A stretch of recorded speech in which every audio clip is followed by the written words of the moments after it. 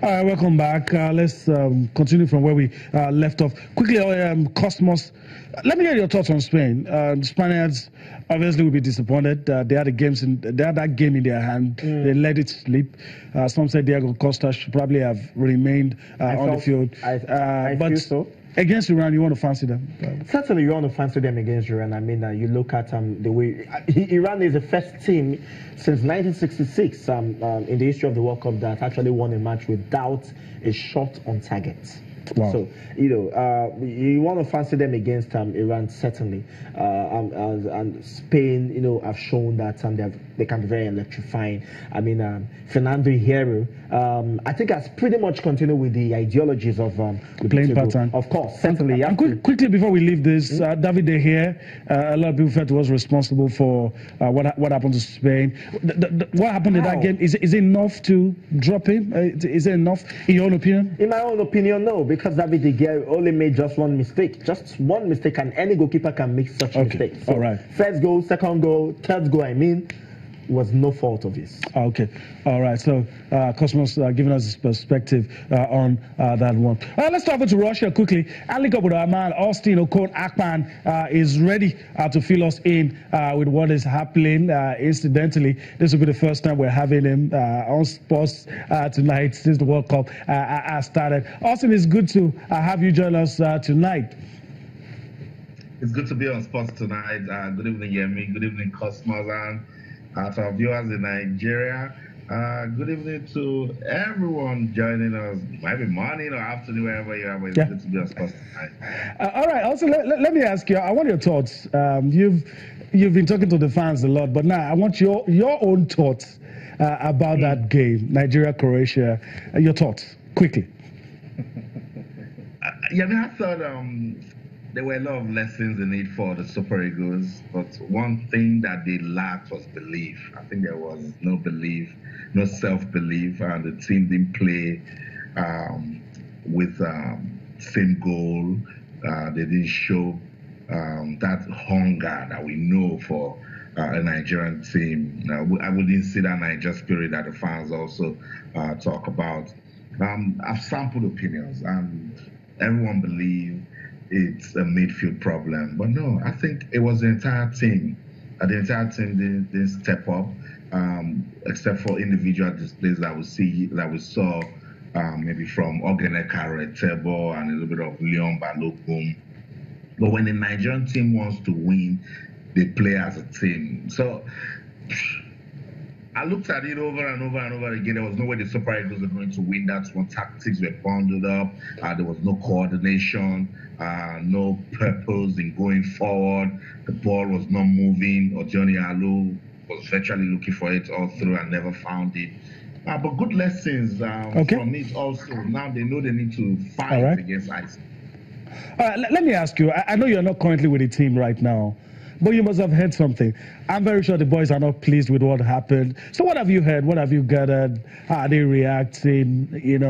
What's the mood like? And what are they promising the fans ahead of the next game against Iceland? Yeah, hopefully I'll get to St. Tuki tomorrow. I'm planning, but it's quite a distance from St. Petersburg. But I've been keeping tabs with the team. I hear they're fired up. They don't like that defeat against Croatia. I spoke to the president of the NFF, and he says that they didn't even talk to themselves when they were going back to their base in St. Tuki. Yes, it wasn't the sort of start they wanted. And so it should push them to do more. And now that they know that the Icelandic team can hurt them if they're complacent, that the Icelandic team also have some quality, they have grit, they are strong. So for them to win on Friday, they must be stronger. For them to win on Friday, they must play with purpose. For them to win on Friday, they must play as a team. So yes, that's loss to Croatia has opened up a new objective for the team. I hear John Obi Mikel, the captain, is leading by example, always the first to arrive at the training ground. And they are now beginning to see that, look, if we play more as a team, we can achieve results together. Yeah, okay. Let me also ask you, we also know that Nigeria's football governing body, talking about the NFF, had a press conference today right there in Russia. So what are the takeaways? What are the things they said? I'm very sure they're not happy with the outcome of the first game as well. But what did you take away from some of the things that you saw and heard? Actually, the major objective of that NFF press conference in St. Petersburg today was to assure the Super Eagles that the NFF still by the side, pass vote of confidence to the technical crew led by Coach Raw. They also used the opportunity to call on Nigerians to say, look, let's support our team.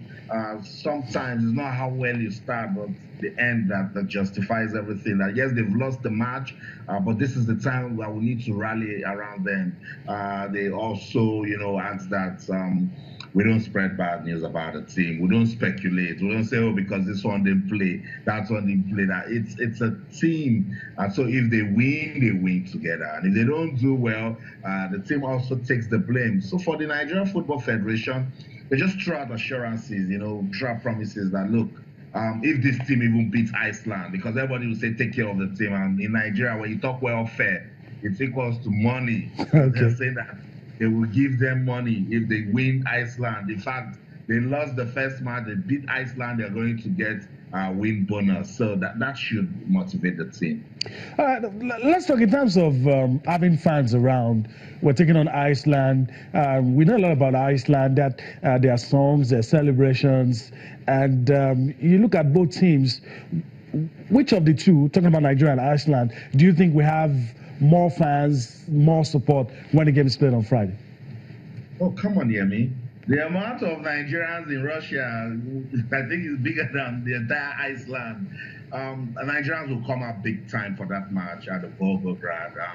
A lot of persons are already traveling today by train and bus so that they can get there on Thursday and relax. I also know that the Nigerian Football Federation, they've been speaking with the supporters club.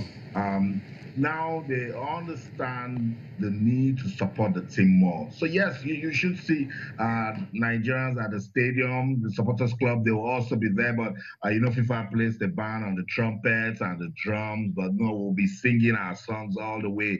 It's all about supporting the team now. It's very, very important because you don't even want to think about it. I'm scared of even saying it, that if the Super Eagles don't win against Iceland, it will be very, very tough for them to continue at this competition. So the NFF, that press conference, they called on everybody. Say if you're in Russia, find your way to the Volgograd. Those that can't make it, they will be at a different fan fest, rooting for the Super Eagles. That's all the fans can do. That's all we can do. Support the team, wish them well, and then hopefully on Friday they will make us proud.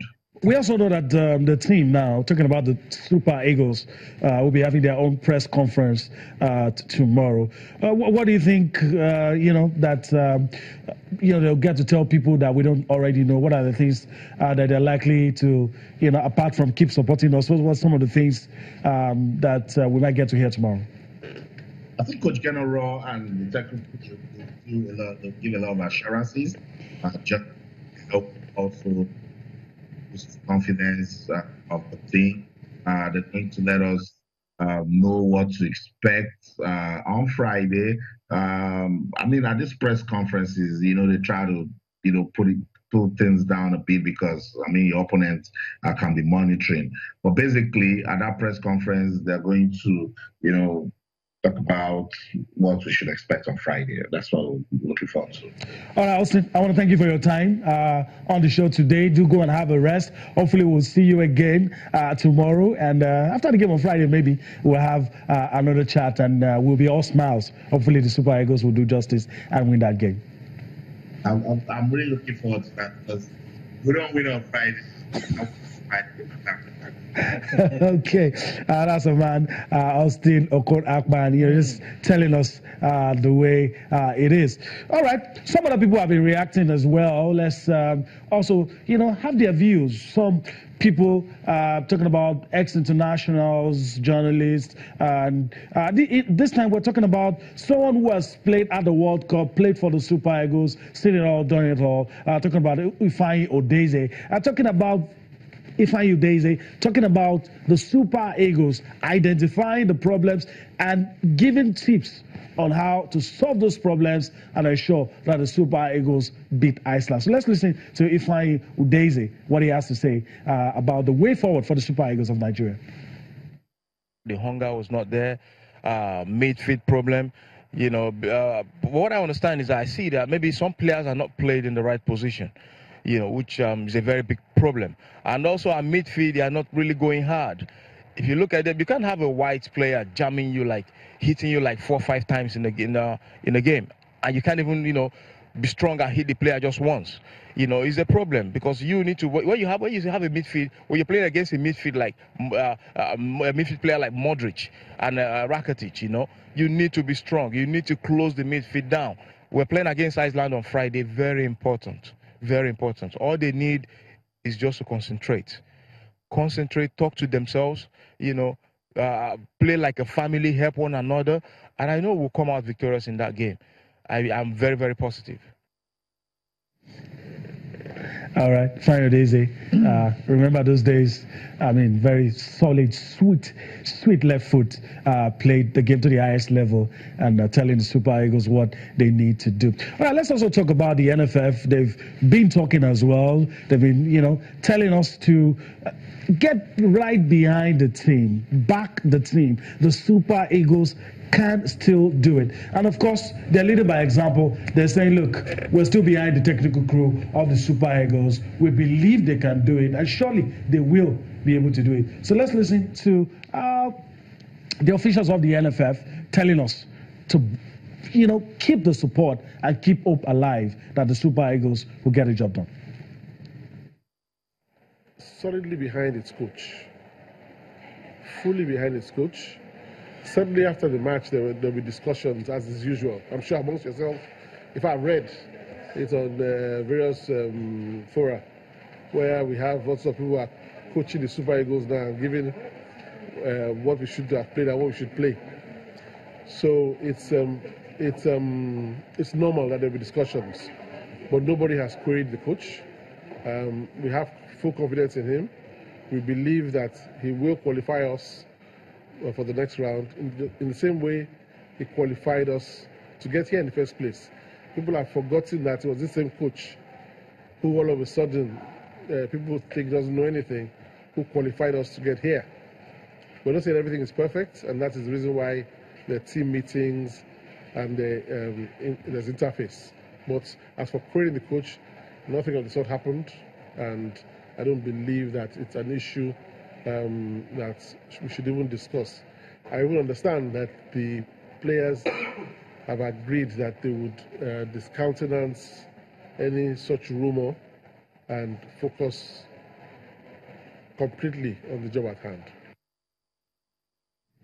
All right, a vote of confidence there on General coming from the NFF Vice President Sheyi Akinwumi. So don't believe all the things you've heard. Don't lose trust in the Super Eagles. According to him, we're here because of that same technical crew, and suddenly overnight they can't just lose their technical prowess and ability. And I'm very sure Cosmos here shares the same opinion. Well, as far as I'm concerned, I feel the team have learned their lesson, and I feel that they can only go stronger from now on. I was opportune to speak with the media officer of the Super Eagles of Nigeria, Tony Bittori, live from Russia today, and of course, of course, I've been following the team. And we have to go, Cosmos. Okay, all right, but your parting shot, Nigeria against Iceland, what do you think will happen? Quickly, a few seconds. I feel Nigeria will win.